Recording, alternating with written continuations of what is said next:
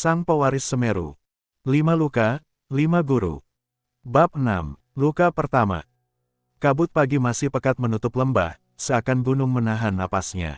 Embun menggantung di setiap ujung daun pakis, memantulkan cahaya pucat dari langit yang belum sepenuhnya melepaskan kelam malam. Janawu berdiri dengan tubuh kaku, menggigil. Udara dingin menembus pakaian tipisnya, menusuk kulit seperti duri tak kasat mata. Suasana sunyi, hanya suara jauh air menetes dari batu ke batu, ritmis dan berat. Resi Brangkal sudah bangun sebelum fajar. Sosoknya tegap meski usianya jauh lebih tua, langkahnya mantap tanpa ragu. Rambut dan jenggotnya yang putih berkilau samar tertimpa cahaya biru dingin dari kabut. Ia berjalan di depan, tongkat kayu hitam di tangannya sesekali mengetuk tanah berlumut. Janawu mengikuti, berusaha menyeimbangkan langkah di jalur sempit berbatu yang menanjak.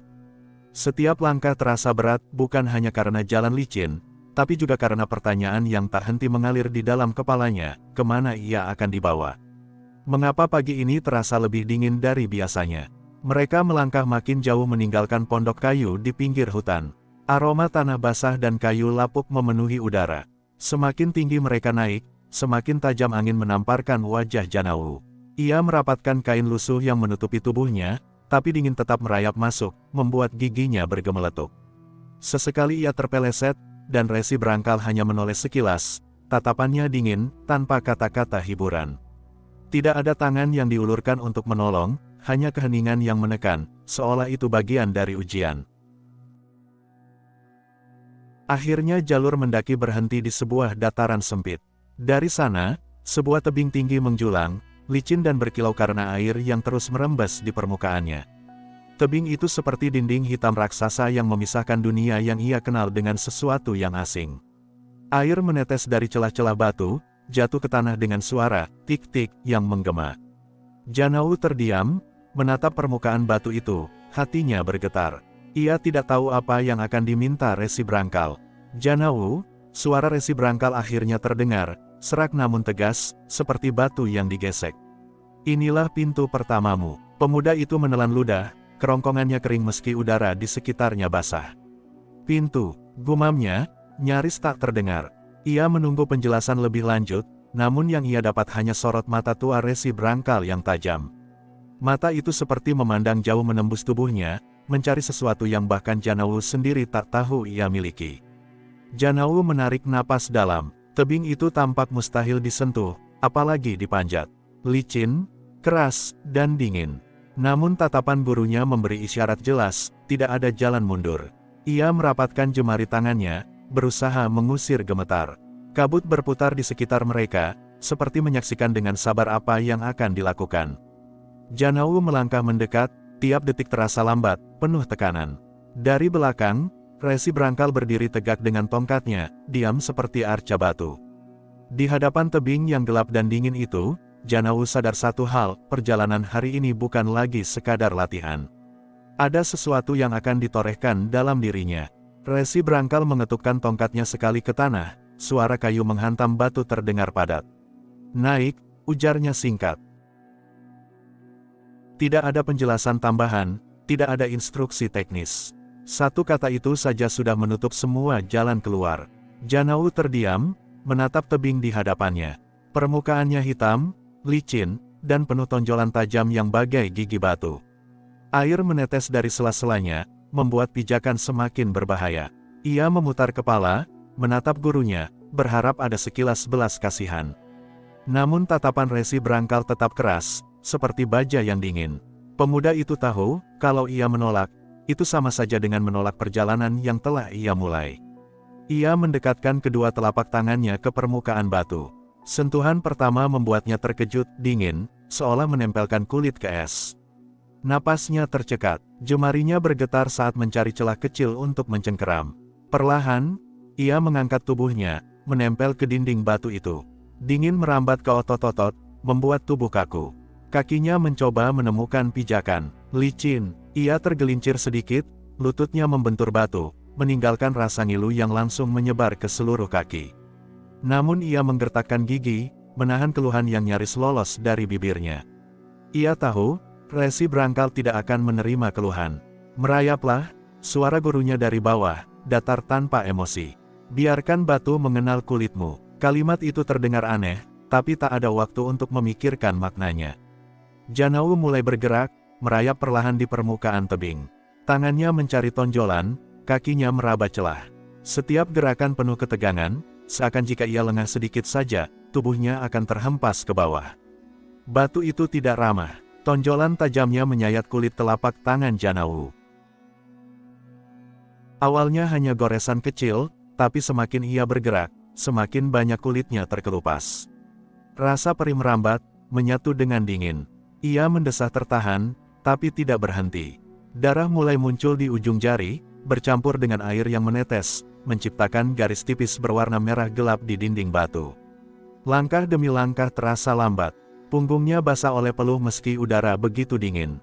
Napasnya berat, pendek-pendek, karena dada ditekan oleh rasa takut jatuh. Ia menempel erat pada batu, seolah mencoba menyatu dengannya. Setiap kali tangannya tergores, ia semakin sadar bahwa batu itu bukan sekadar permukaan. Ada semacam denyut, sebuah irama asing yang dirasakannya lewat luka-luka kecil di kulit. Sakit itu bukan hanya sakit. Ia merasa ada sesuatu yang masuk melalui celah perih di tubuhnya, sesuatu yang tak bisa ia jelaskan. Namun rasa itu bercampur dengan penderitaan. Saat lututnya tersayat tonjolan runcing, ia nyaris terlepas. Tubuhnya terhempas sedikit, hanya bertahan karena tangan kanannya mencengkeram kuat sebuah tonjolan. Darah mengalir dari lutut, membuat pijakan semakin licin. Dari bawah, suara Resi Brangkal terdengar lagi. Kali ini lebih keras, jangan melawan rasa sakitmu. Dengarkan ia, Janawu menggigit bibirnya, hampir hingga berdarah. Sakit itu seperti kobaran api dingin yang menjalar di seluruh saraf. Tapi ia bertahan. Dengan gemetar, ia kembali menempelkan tubuhnya pada batu, lalu merayap lagi. Darahnya terus tertinggal di permukaan tebing, meninggalkan jejak samar. Kabut berputar di sekeliling, seakan ikut mengamati perjuangan itu. Nafas Janawu semakin pendek, tubuhnya makin lemah, tapi ia terus bergerak, menyeret dirinya di atas permukaan batu yang dingin, licin, dan penuh luka. Darah terus menetes dari jari-jari Janawu, membentuk bercak merah di permukaan batu. Awalnya ia hanya menganggap itu sebagai tanda kelemahannya. Luka, kesalahan, bukti bahwa tubuhnya rapuh. Tapi suara Resi Brangkal dari bawah kembali menggema, kali ini lebih pelan, nyaris seperti bisikan yang disampaikan lewat kabut. Lihat apa yang kau tinggalkan, Janawu. Pemuda itu menoleh sekilas ke bawah. Resi Brangkal masih berdiri tenang, tongkatnya tertancap di tanah, tatapannya tak bergeser. Janawu menunduk ke arah dinding batu di depannya. Dan barulah ia sadar, garis-garis darah yang mengalir di permukaan itu tidak acak. Setiap goresan, setiap tetesan, mengikuti pola langkahnya. Ada garis panjang dari jari, bulatan kecil dari tetesan, dan guratan samar dari lutut yang tergores. Darahmu adalah tinta, suara Resi Brangkal tegas, menyayat kabut. Dan batu ini, adalah kertasnya. Kalimat itu membuat tubuh Janawu merinding. Ia menatap lebih dekat, dan memang, di antara aliran darahnya, muncul bentuk-bentuk yang nyaris seperti huruf. Tidak, bukan huruf, melainkan semacam tanda. Simbol asing, samar tapi terasa hidup. Ia menggerakkan tangannya lagi, dan kali ini saat jarinya tergores lebih dalam, darah yang keluar langsung membentuk garis memanjang yang menghubungkan tanda sebelumnya. Jantung Janawu berdetak lebih cepat. Bukan kebetulan, bukan sekadar noda, batu itu memang menerima darahnya, menyerapnya, dan membentuk pola yang tak ia pahami. Resi Brangkal mengangguk tipis, suaranya rendah tapi penuh tekanan. Kau pikir rasa sakitmu hanya milikmu sendiri? Tidak, setiap tetes darah yang kau beri, setiap luka yang kau biarkan terbuka, adalah bahasa. Batu mendengarnya, batu membacanya. Janawu terdiam, dadanya naik turun cepat. Ia ingin bertanya, tapi suaranya tercekat. Hanya napas berat yang keluar. Lanjutkan, perintah Resi Brangkal lagi. Tulislah dengan tubuhmu, biarkan rasa sakitmu menulis untukmu. Dengan gemetar, Janawu merayap lagi. Kali ini ia lebih sadar. Saat kulit telapak tangannya tersayat tonjolan baru, ia tidak menahan luka itu. Darah yang mengalir ia biarkan menempel, meninggalkan goresan di permukaan batu. Saat lututnya tergores lagi, ia justru menekan sedikit, membiarkan garis merah lebih jelas. Dan benar saja, perlahan pola itu semakin terlihat. Garis-garisnya melingkar, terhubung satu sama lain, membentuk semacam lingkaran tak sempurna dengan cabang-cabang menjulur. Seperti akar, atau urat, Janawu mulai merasakan sesuatu yang berbeda. Rasa sakitnya tidak lagi sekadar beban. Ada getaran samar di dalam dadanya, seakan setiap goresan itu menghubungkan dirinya dengan sesuatu yang lebih luas. Kabut di sekitarnya bergolak pelan, mengikuti pola darah di batu. Namun tubuhnya semakin lemah. Darah yang hilang terlalu banyak. Tangan dan kakinya bergetar hebat, nyaris tak sanggup menopang berat tubuh. Napasnya memburu, seakan paru-paru ditarik dari dalam. Dari bawah, Resi Brangkal tetap tidak bergerak, tapi suaranya kembali terdengar, kali ini lebih dalam, seperti gema dari batu itu. Ingat, Janawu, yang kau tulis bukan sekadar garis. Itu adalah perjanjian antara tubuhmu dan alam. Batu tidak akan menerima bahasa palsu. Ia hanya membaca kebenaran yang lahir dari luka. Janawu menutup mata sejenak, menahan air mata yang nyaris jatuh. Rasa sakit di tubuhnya sudah bercampur dengan rasa gentar di hatinya. Tapi ia tahu, ia tidak bisa berhenti di tengah. Jika darahnya adalah tinta, maka berhenti sekarang berarti membiarkan tulisannya tak pernah selesai. Dengan sisa tenaga, ia menempelkan tubuhnya lebih erat ke batu, menyeret lutut dan tangannya, membiarkan lebih banyak luka terbuka. Garis merah semakin tebal, semakin rumit. Pola itu kini menyala samar di balik kabut, seakan batu benar-benar menjawab tulisan darahnya. Janawu merasa tubuhnya semakin berat. Jari-jarinya hampir tidak sanggup lagi mencengkeram batu yang licin. Darah mengalir lebih deras, membuat permukaan dinding jadi basah dan licin, seakan menolak kehadirannya. Ia sempat terpeleset, kakinya kehilangan pijakan. Tubuhnya terayun, hanya bergantung pada satu tangan yang masih mencengkeram celah kecil di batu. Nafasnya terhenti seketika, pandangan ke bawah membuat kepalanya berputar, kabut putih pekat menyembunyikan dasar tebing, tapi ia tahu betul, sekali jatuh, tubuhnya akan hancur. Resi Brangkal, suaranya pecah, parau, lebih seperti teriakan panik daripada panggilan. Namun lelaki tua itu tidak bergerak. Hanya tatapannya yang menusuk dari bawah. Datar, tenang, bahkan nyaris kejam. Pegang batu itu atau mati. Itu saja jawabannya. Janawu merasakan kepanikan menggulung dadanya. Ia ingin memohon lagi. Tapi suara Resi Brangkal seperti palu yang memaku pikirannya. Pegang atau mati, tidak ada pilihan lain. Tangannya gemetar hebat. Luka di telapak membuat cengkeramannya lemah. Tapi justru dari goresan itu darahnya terus menetes. Jatuh ke batu, lalu mengalir mengikuti guratan yang sudah terbentuk sebelumnya. Aneh, Janawu merasa garis itu memanggilnya. Seolah-olah batu berbisik, "Jangan lepaskan, kau belum selesai menulis." Dengan teriakan putus asa, Janawu menghentakkan sisa tenaganya. Ia menyeret tubuh kembali, menekan luka lebih keras ke dinding. Darahnya melumuri batu, menyambung garis yang sempat terputus saat ia hampir jatuh. Dan sesuatu terjadi. Pola merah yang sebelumnya samar, kini berpendar samar keunguan. Kabut di sekitarnya bergerak, seperti tersedot ke dalam guratan itu. Udara bergetar, membawa sensasi dingin menusuk tulang. Janawu merinding, tapi juga terperangah. Batu benar-benar membaca darahnya. Resi Brangkal baru kali ini menggerakkan tongkatnya, tapi bukan untuk menolong. Hanya mengetuk tanah sekali, membuat suara, duk, berat yang merambat sampai ke dinding tebing. Begitu, suaranya rendah, tapi penuh kepastian. Setiap hampir mati, batumu menulis dengan jujur. Batu tidak mengenal kepura-puraan. Batu hanya menerima kebenaran yang dipaksa keluar dari dagingmu. Janawu ingin marah. Ia ingin berteriak, "Kenapa kau biarkan aku hampir mati hanya untuk ini?" Tapi tak ada tenaga tersisa untuk mengucapkannya. Ia kembali merayap, kali ini tanpa lagi mencoba menahan luka. Tangannya merobek kulitnya sendiri saat menyusuri tonjolan, darahnya mengalir deras, membentuk cabang baru yang menyatu dengan pola sebelumnya. Lingkaran itu kini lengkap, simbol merah keunguan bersinar samar di tengah kabut, seolah-olah hidup. Janawu hampir pingsan, tubuhnya lemas, tapi ia sempat melihat sekilas, batu di hadapannya berdenyut, seperti dada yang bernafas. Rasa takut dan takjub bercampur. Resi Brangkal akhirnya berbicara lagi, nadanya seperti hakim yang mengumumkan keputusan. "Sekarang kau mengerti, luka bukan hanya beban, luka adalah bahasa. Dengan darahmu, kau berbicara pada batu. Dengan batu, kau menulis sejarahmu sendiri. Janao menunduk, napasnya terengah-engah. Tubuhnya kaku, gemetar, tapi ia tahu, ia tidak lagi hanya mendaki. Ia sedang menulis sesuatu yang lebih besar dari dirinya. Namun di sudut pikirannya, muncul satu tanya yang menusuk, kalau batu bisa membaca darahku, apa yang akan ia balas? Janao terguncang oleh rasa sakit yang semakin menembus seluruh tubuhnya. Setiap goresan, setiap tetes darah yang mengalir, bukan sekadar cedera fisik, melainkan sebuah irama baru yang menyatu dengan tubuhnya. Ia mulai menyadari sesuatu, rasa sakit itu bukan musuh, melainkan guru. Luka di tangannya, di telapak kaki, bahkan di lengan yang tergores batu, semuanya menjadi penanda sebuah bahasa tubuh yang sebelumnya tak pernah ia pahami.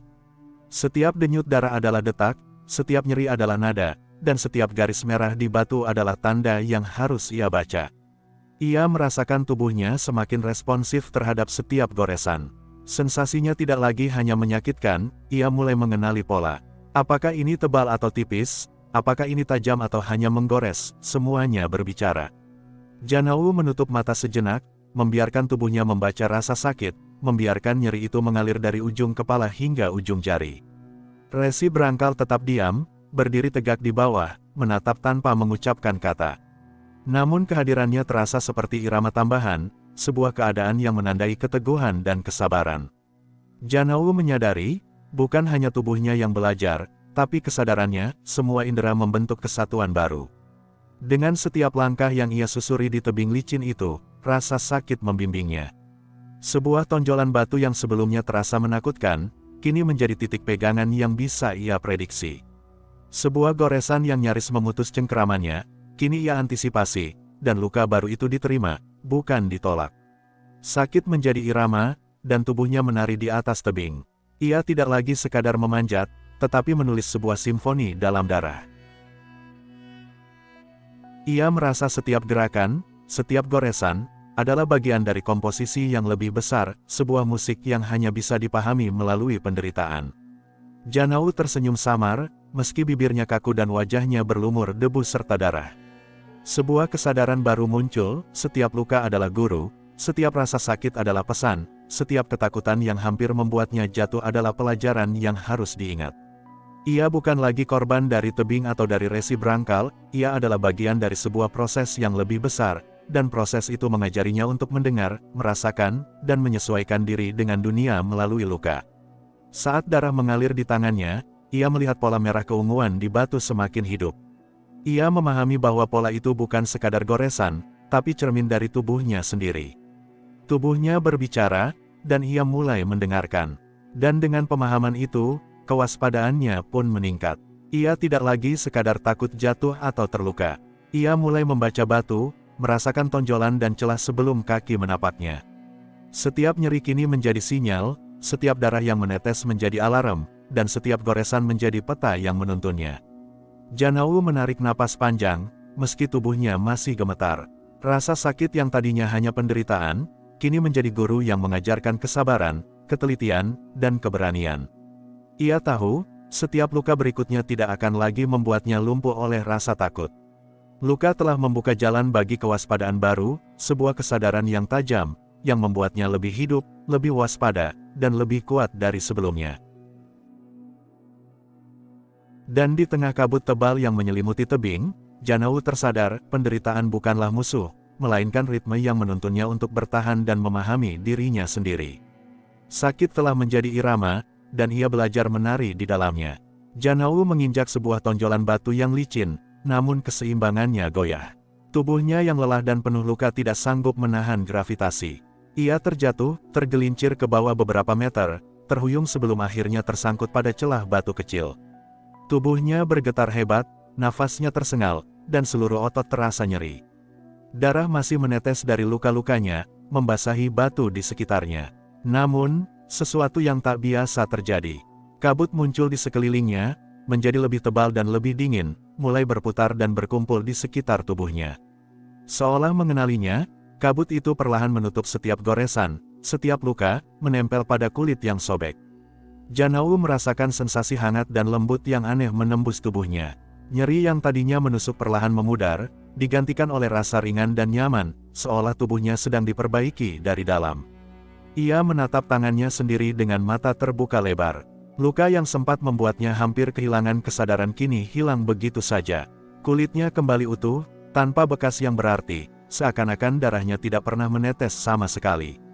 Bahkan, guratan merah keunguan di batu seolah menyesuaikan diri, berpendar lebih hidup, menandakan bahwa tubuhnya dan kabut telah bersatu. Resi Brangkal menyaksikan kejadian itu, menjadi terhenyak. Mata tuanya melebar, tongkat di tangannya nyaris terlepas karena terkejut. Ia belum pernah melihat anak murid manapun, apalagi yang dilatihnya sendiri, dapat sembuh total hanya melalui kontak dengan kabut. Kau benar-benar anak kabut, gumam Resi Brangkal, suaranya nyaris bergetar. Tidak ada latihan, tidak ada mantra yang bisa melakukan ini. Kabut, ia mengenalmu, dan ia melindungimu. Janawu menatap sekeliling. Kabut yang tadinya melindungi, kini mengalir kembali ke tebing, membentuk pusaran tipis yang berputar sebelum menghilang. Ia merasakan energi yang segar dan bersih, seakan setiap sel dalam tubuhnya diperbarui. Tubuhnya tidak hanya sembuh, ia lebih kuat, lebih ringan, dan lebih sadar akan setiap gerakan. Resi Brangkal mendekati Janawu dengan hati-hati, langkahnya penuh kewaspadaan. Ketika ia berdiri di depan Janawu, mata tuanya menatap penuh takjub. Inilah pintu pertama, Janawu, katanya dengan suara berat tapi tenang.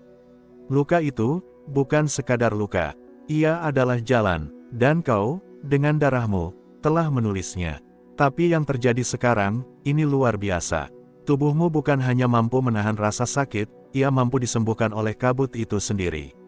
Kau satu-satunya yang pernah kulihat melakukan ini. Janawu menunduk, masih terengah, tapi ada senyum tipis yang muncul di bibirnya. Ia merasakan getaran baru dalam tubuhnya, semacam kesadaran bahwa sakit dan penyembuhan bukanlah dua hal terpisah. Mereka adalah bagian dari satu irama yang sama, yang membimbingnya, menantangnya untuk menjadi lebih tangguh, lebih waspada, dan lebih terhubung dengan dunia di sekitarnya. Resi Brangkal mengangkat tongkatnya sedikit, menatap Janawu dengan bangga dan kagum. Setiap anak muridku menulis sejarahnya dengan darahnya sendiri. Tapi kau menulis dengan nyawa kabut di sisimu. Ini hanya awal. Ingat, Janawu, pintu pertama ini telah kau buka. Banyak pintu lain menantimu, dan setiap luka akan menjadi jembatan menuju sesuatu yang lebih besar. Janawu mengangguk, perlahan berdiri sepenuhnya. Tubuhnya kuat, tangannya bebas dari rasa sakit, dan pandangannya jernih. Ia tahu, setiap langkah ke depan akan lebih berat, lebih berbahaya, tetapi juga lebih bermakna. Kabut telah menyembuhkannya, memberi perlindungan, dan membuka jalan. Ia tidak lagi takut jatuh, karena kini ia memahami satu hal, luka adalah pintu, dan kabut adalah sahabatnya yang menjaga setiap langkah di dalamnya.